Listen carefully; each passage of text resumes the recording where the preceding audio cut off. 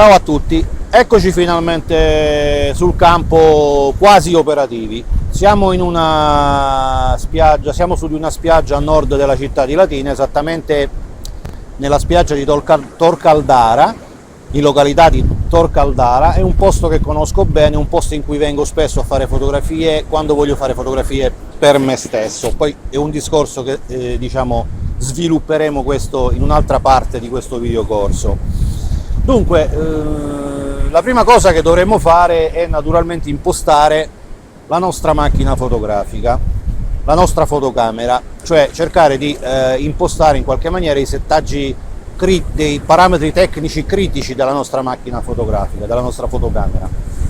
È un lavoro che tutto sommato è consigliabile fare anche a casa, magari al caldo, per ovvi motivi legati alle condizioni che troveremo poi sul campo, e anche perché fondamentalmente non avremo bisogno di manipolare molto questi settaggi, ovvero sia questo genere di fotografia è un tipo di fotografia in cui una volta impostati questi parametri difficilmente poi li cambieremo sul campo, quindi li potremo fare anche a priori. Li faremo adesso qui per ovvi motivi didattici. Dunque, innanzitutto facciamo un controllo preliminare, vediamo un pochino, formattiamo la scheda, se è il caso. Io ho controllato che non ci siano file che mi servono, quindi formatto la scheda così ce l'ho in tutta la sua interezza.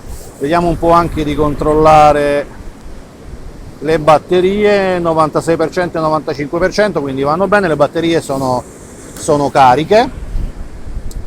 E per quanto riguarda le schede, sia le schede SD che le compact flash, le schede che utilizzano queste fotocamere, si identificano in base alla loro velocità, che è poi velocità di trasferimento dei dati nel momento in cui scattiamo tra il software della fotocamera appunto e la scheda. Si identificano in base a un parametro fisso che è 150 kB per secondo, e ogni scheda presenta un numero di moltiplicazione di questo parametro, per cui moltiplicando questi due parametri otterremo alla fine la velocità vera della scheda in megabyte. Per esempio una scheda da 400 per, se moltiplichiamo 400 per 150 kB per secondo, otterremo 60 megabyte.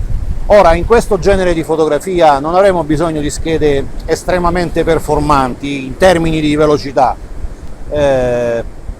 perché è un tipo di fotografia abbastanza statica. Diverso sarebbe il discorso se dovessimo fotografare per esempio gli animali. Allora in quel caso ci troveremmo a fare molto spesso delle raffiche, e quindi lì avremmo bisogno sì della velocità della risposta performante in termini di velocità. Qui semmai ci interessa la capienza. Ora qua, questa è una 5D Mark II che mi restituisce dei file RAW di 25, circa 24-25 megabyte.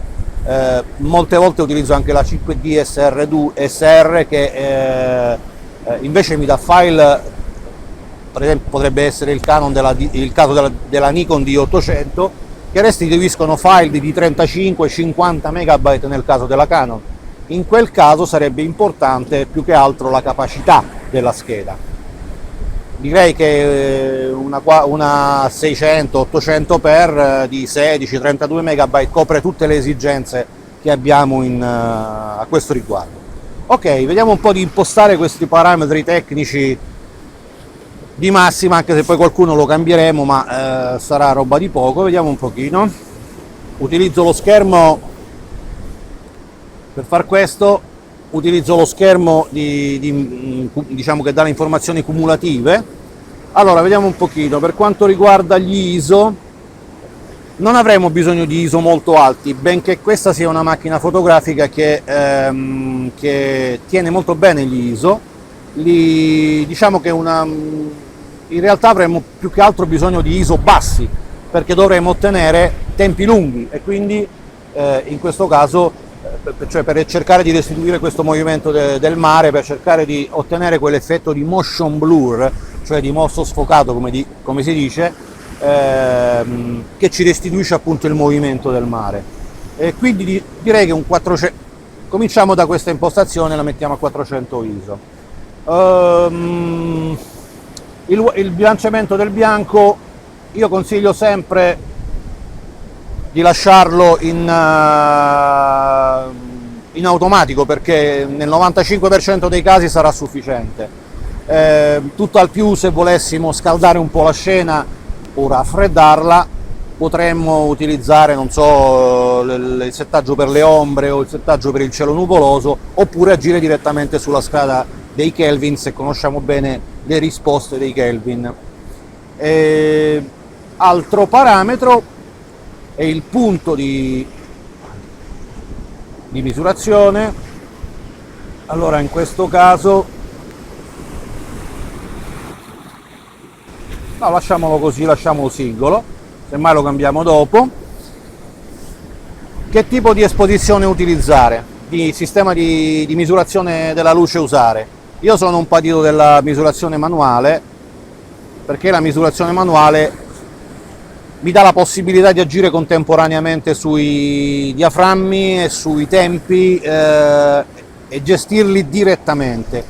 Però direi che in questo caso, dove andremo più che altro a lavorare con i tempi, forse sarà utile anche, per esempio, l'impostazione facciamo così che è meglio, ecco, utilizziamo questo tipo di impostazione, l'impostazione a priorità di tempi, proprio per i motivi che abbiamo detto prima. Bene, in che formato scattiamo?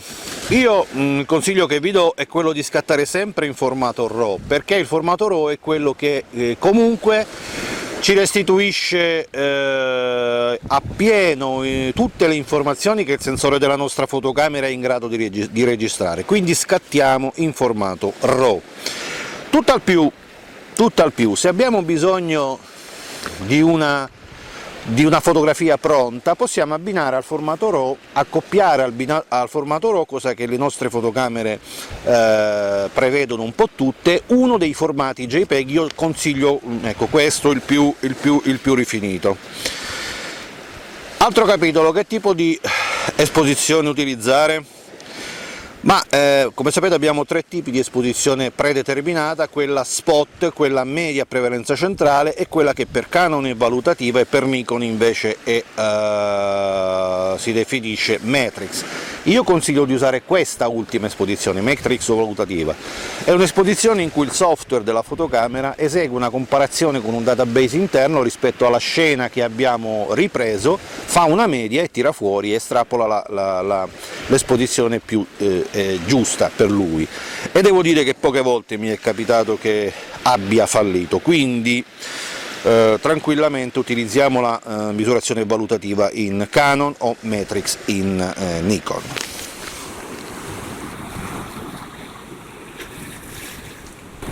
Che altro potremmo vedere? Il breaking non mi interessa. Il breaking praticamente è quella funzione per cui, se io imposto per esempio un breaking di un diaframma in sovra e sotto esposizione, la fotocamera mi scatterà le tre successive fotografie, rispettivamente la prima con l'esposizione corretta, poi la seconda in sottoesposizione di un diaframma e la terza in sovraesposizione di un diaframma. Non mi servirà questo genere di impostazione, quindi riporto il breaking a 0. E direi che come impostazioni generali siamo abbastanza, dovremmo essere abbastanza a posto. Usiamo l'autofocus o no? In questo caso io direi che è meglio disattivare l'autofocus, perché è meglio se riusciamo noi è meglio se siamo noi ad impostare il punto di messa a fuoco, e quindi lo imposteremo manualmente, per cui disattivo l'autofocus. La stabilizzazione, se ce l'ho, la tengo attiva, perché mi può comunque aiutare a ridurre delle piccole vibrazioni che potrebbero derivare, non so, dal vento. Non c'è vento oggi, però ci potrebbe essere, oppure anche dall'acqua, che arriva sul cavalletto e fa vibrare il cavalletto. Quindi diciamo un fuoco manuale che gestirò io e lo stabilizzatore attivato. E direi che a questo punto, per quanto riguarda le impostazioni da utilizzare, abbiamo finito e possiamo cominciare a dedicarci alla composizione sul campo.